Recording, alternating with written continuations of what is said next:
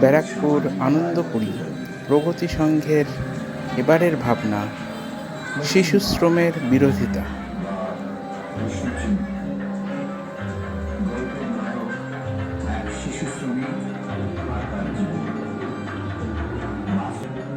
শিশুরা লেখাপড়া করবে, খেলাধুলো করবে এবং এর মাধ্যমেই তাদের ও সমাজের মানসিক বিকাশ ঘটবে। দেখুন